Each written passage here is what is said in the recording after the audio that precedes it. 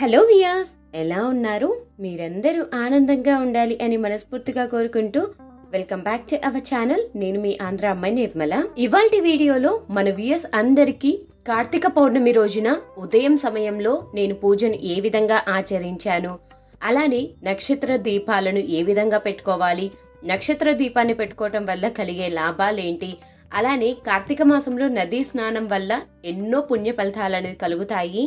నదీ స్నానాన్ని అలానే కార్తీక మాసంలో ఏ దానం చేసినా కానీ మనకు రెట్టింపు ఫలితాన్ని ఇస్తుంది. అందులో ప్రత్యేకించి దీపదానాన్ని ఎలా చెయ్యాలి అనే విషయాలన్నిటినీ ఇవాల్టి వీడియోలో మన విఎస్ అందరికీ షేర్ చేయబోతున్నాను.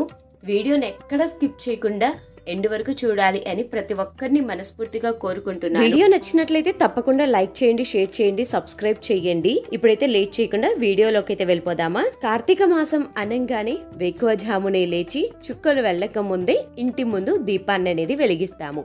అదే విధంగా ఈ రోజు కార్తీక పౌర్ణమి రోజు నేను వెలిగించుకోవటం కోసం ముందుగానే లేచి ఇల్లు వాకిలి మొత్తాన్ని శుభ్రం చేసుకొనేసి తులసి కోట ముందు ఐశ్వర్య ముగ్గును పెట్టుకుంటున్నాను.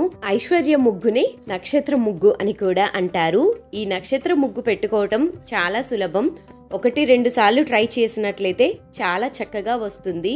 నక్షత్ర దీపం గురించి, నక్షత్రం ముగ్గు గురించి, అలానే దీని కంప్లీట్ డీటెయిల్ అనేది ఈ కార్తీక పౌర్ణమి రోజు ఎలా జరుపుకోవాలి, దీన్ని ఎప్పుడు జరుపుకుంటే మరలా మంచి ప్రయోజనాలు కలుగుతాయి అనే విషయాలన్నింటినీ డీటెయిల్గా ఇంకొక వీడియో చేస్తానండి. ఇప్పుడైతే షార్ట్గా మీతోటి ఒక చిన్న వీడియో రూపంలో ఈ నక్షత్ర ముగ్గును ఎలా వేసుకోవాలి, నక్షత్ర దీపాలను ఎలా పెట్టుకోవాలి అనే విషయాన్ని మన వ్యూయర్స్ అందరికీ షేర్ చేయబోతున్నాను. నక్షత్ర ముగ్గును ఏ ప్రదేశాలలో పెట్టుకోవాలి అంటే ఎవరు తొక్కని ప్రదేశంలో పెట్టుకోవచ్చు. ఈ దీపాలను పెట్టుకోవటం విషయానికి వస్తే ఈ దీపాలను పూజ మందిరంలో కానీ, తులసి కోట దగ్గర కానీ, పూజ ఎక్కడైతే ఆచరిస్తామో గుడిలో పూజను ఆచరిస్తున్నట్లయితే ఆ ప్రదేశంలో కానీ ఈ నక్షత్రం ముగ్గును అనేది మనం పెట్టుకోవచ్చు. నక్షత్రం ముగ్గును ఇలా చక్కగా ముగ్గును అనేది వేసుకోవాలి. నక్షత్రం ముగ్గులో పసుపు కుంకుమలతోటి అలంకరించుకోవచ్చు. నక్షత్ర ముగ్గును బయట వేస్తున్నాం కదా, ఎవరైనా పొరపాటున తొక్కినా ఏదైనా చేసినా కానీ పాపం మనకు తగులుతుంది. కాబట్టి నేను నక్షత్రం ముగ్గులో ఈరోజు కొంచెంగా పసుపు కుంకుమ కలర్స్ తోటి ఉండే కలర్స్ను ఈరోజు అరేంజ్ చేసుకున్నాను. నక్షత్ర ముగ్గులోకి దీపాలను వెలిగించుకోవటం కోసం చిన్న మందారం ఆకులను ఉపయోగిస్తున్నాను. అలానే పిండి ప్రమిదలకు నామాలను వేసుకునేసి నామాలతోటి ఈరోజు పిండి ప్రమిదలను వెలిగించుకుంటున్నాను. నక్షత్ర దీపంలో పిండి ప్రమిదలకు బదులు మీరు నార్మల్గా మీ దగ్గర మట్టి ప్రమిదలు ఉన్న వాటిని కూడా ఉపయోగించుకోవచ్చు. ఇలా మట్టి ప్రమిదలను కానీ పిండి ప్రమిదలను కానీ ఏర్పాటు చేసుకునేసి అందులోకి మనము నానబెట్టుకున్న వత్తులను అనేది వేసుకోవాలి. ఏకచక్ర హారతితోటి దీపాలన్నిటినీ వెలిగించుకోవాలి. ఇలా నక్షత్ర దీపాన్ని అలానే నక్షత్ర ముగ్గును ఈ విధంగా అయితే వేసుకోవాలి. వల్ల గ్రహ దోషాలు ఏవైనా ఉంటే తొలగిపోతాయి. మన ఇంట్లో ఉండే కుటుంబ సభ్యులు మొత్తం ఈ దీపాలన్నిటినీ వెలిగించవచ్చు. ఇందులో పెట్టవలసిన దీపాలు 27 దీపాలను పెట్టుకోవాలి. 27 దీపాలు పిండి ప్రమిదలైనా కానీ లేకపోతే మట్టి ప్రమిదలైనా కానీ ఏవైనా 27ని మనము ఉపయోగించాలి. ఇలా దీపాలన్నిటినీ వెలిగించుకున్న తర్వాత దీపాలకు కుంకుమ, పసుపు, గంధము, అక్షంతలు అలానే పుష్పాలను ఏర్పాటు చేసుకోవాలి. నక్షత్ర దీపాలను ఏర్పాటు చేసుకోవాలి అనుకుంటే కార్తీక పౌర్ణమి రోజు సాయంత్ర సమయంలో ఏర్పాటు చేసుకోవాలి. ఒకవేళ ఈసారి మనకు కార్తీక మాసం అటు ఇటుగా వచ్చింది కదా, సో కార్తీక పౌర్ణమి రోజు సాయంత్ర సమయంలో కాకుండా ఉదయం సమయంలో కానీ దీపాలు వెలిగించుకోవచ్చు. అలా నక్షత్ర దీపాలను తులసి కోట ముందు అందంగా అలంకరించుకునేసి అలా దీపాలను వెలిగించుకున్న తర్వాత నేను ఇక్కడ దీపాల ముగ్గునైతే వేసుకున్నాను. ఈ దీపాల ముగ్గులో కూడా ఇలా చక్కగా దీపాలను పెట్టుకునేసి ప్రమిదలలో వత్తులను వేసుకునేసి దీపాలను అయితే వెలిగిస్తున్నాను. కార్తీక మాసం మొత్తం ఇలా నిండుగా దీపాలు వెలుగుతూ ఉంటే చూడటానికి చాలా చక్కగా, చాలా ఆహ్లాదకరంగా, ఒక మంచి పాజిటివ్ ఎనర్జీ తోటి, ఒక మంచి పాజిటివ్ వైబ్స్ అనేది మనం ఫీల్ కావచ్చు.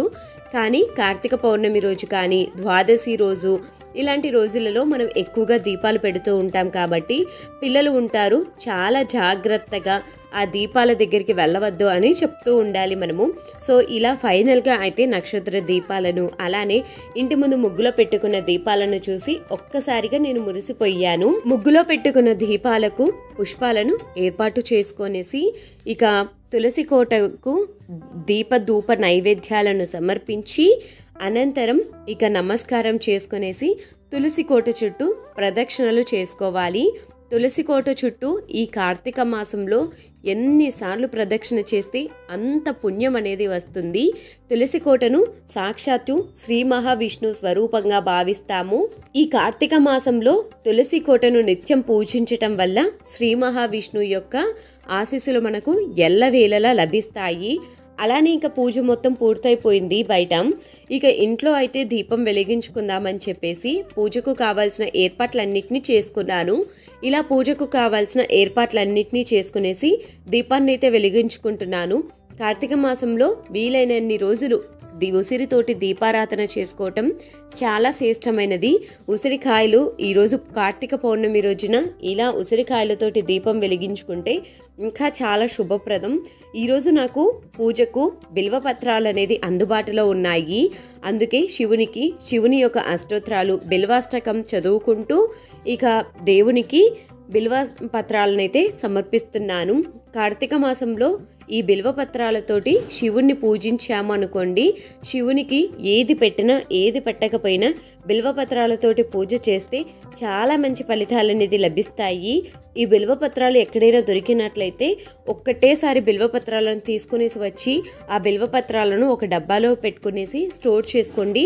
పూజ చేసేటప్పుడల్లా ఒక బిల్వపత్రంని స్వామివారికి సమర్పిస్తూ మనము పూజను అనేది ఆచరిస్తే చాలా శుభప్రదం.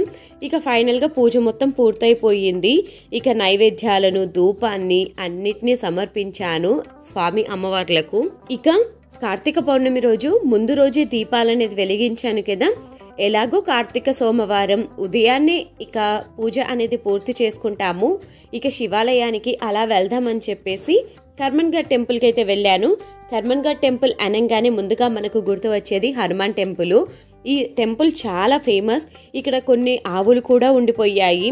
నేను ఎప్పుడు చూడలేదు. ఈ రూట్ రావటం కూడా ఫస్ట్ టైం. ఆవులకు మేత వేయడానికి కూడా నా దగ్గర ఏమీ లేకపోయాయి. సో ఫైనల్గా అయితే ఆవులను కొంచెం సేపు అలా కూర్చొనేసి ఆవులతోటి దీవెనలను అయితే తీసుకోగలిగాను. ఈసారి వెళ్ళినప్పుడు గోవులకు ఏదైనా మేత వేయటం కోసం అని చెప్పేసి స్పెషల్గా తీసుకుపోవాలి అని నాకు అనిపించింది. ఏదో దేవుని దర్శనం కోసమని నేను వెళ్ళాను. అయితే కార్తీక మాసం కదా, ఎప్పుడు కోనేరు అనేది ఓపెన్ ఉండదు. ఈ కార్తీక పౌర్ణమి రోజున కార్తీక మాసం మొత్తం ఈ కోనేరు ఓపెన్ ఉండేటట్లుంది. భక్తులైతే ఎంత ఉన్నారంటే అంతగా ఉన్నారు. అక్కడికి వెళ్ళిపోయిన తర్వాత నాకు కూడా అనిపించింది, అయ్యో నేను కూడా అరటి రోపులను కానీ లేకపోతే ఇక్కడ దీపం వెలిగించడానికి ఏదైనా తెచ్చుకొని ఉంటే బాగుండేది అనిపించింది. కానీ నేను ఈరోజు బియ్యం దానం ఇవ్వటం కోసం అని చెప్పేసి పసుపు, కుంకుమ, గంధము, అక్షంతలు, ఉసిరికాయలు, దీపాలు, ప్రమిదలు, వత్తులు వీటన్నిటిని తీసుకొని వచ్చాను. వీటితోటి ఇక ఈరోజు దీపాన్ని అయితే ప్రమిదలలో ఒక చిన్న వత్తిని వేసుకునేసి ఆ బావి దగ్గర దీపాన్ని అయితే వెలిగించుకోగలిగాను.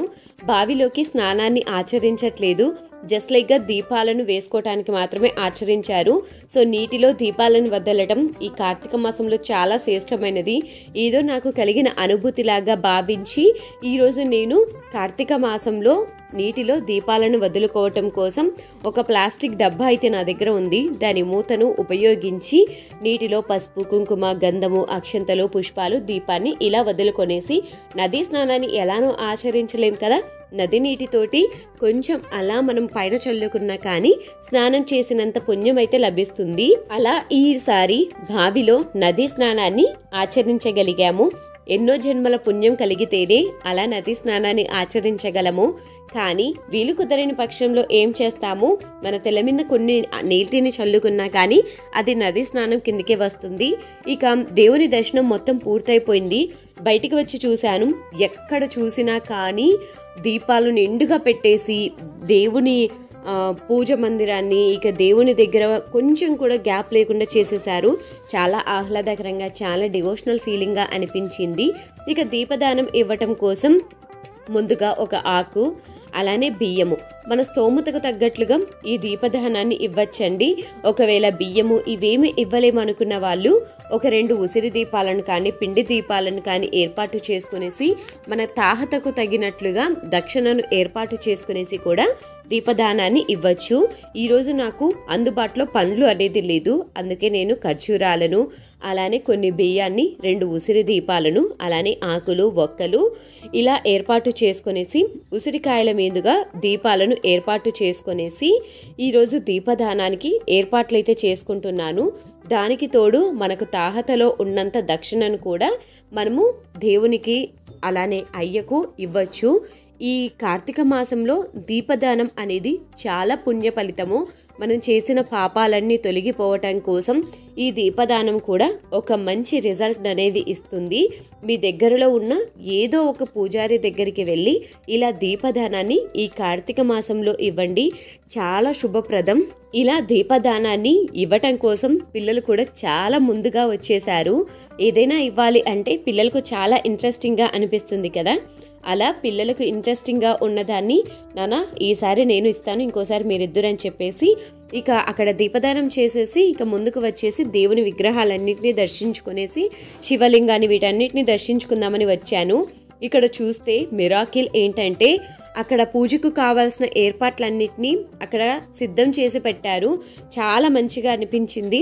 సో పూజ కావాల్సిన ఏర్పాట్లు ఇవన్నీ చూసుకునేసి ఇక బయటికైతే వచ్చేసాను. బయటికి వచ్చేసిన తర్వాత పిల్లలు కొంతసేపు బావి దగ్గర అలా కూర్చుందామని చెప్పారు. సో మీకు ఎలానో హనుమాన్ను చూపించలేదు కదా, నీటిలో ఉన్న హనుమాన్ని అలా చూపించాను. ఉదయాన్నే చాలా రష్గా ఉన్నది. ఇక 8 అయిపోయింది. మేము దీపము దానం ఇచ్చేసి దర్శనం చేసుకునేసి బయటికి వచ్చేలోకి ఇక జనాలు కొంచెం తగ్గారు. గోమాతకు ఫుడ్ అయితే ఏది పెట్టలేకపోయాం, కానీ అంతో ఇంతో మేతకు దానం చేద్దామని చెప్పేసి మేతకు కొంచెంగా దానాన్ని చేసి గోమాతకు పసుపు కుంకుమలను సమర్పించి గోమాతను ముక్కొనేసి వచ్చేసాము. కార్తీక పౌర్ణమి రోజున ఉదయం పూజని ఎలా ఆచరించాను, దీపదానం ఎలా చేశాం, నది స్నానం ఎలా చేశాము అనే విషయాలన్నింటినీ ఇవాల్టి వీడియోలో మన వ్యూయర్స్ అందరికీ షేర్ చేశాను అనుకుంటున్నాను. మరొక మంచి ఇంట్రెస్టింగ్ వీడియోతోటి మీ ముందుకు వస్తుంది మీ ఆంధ్ర అమ్మాయి నిర్మల.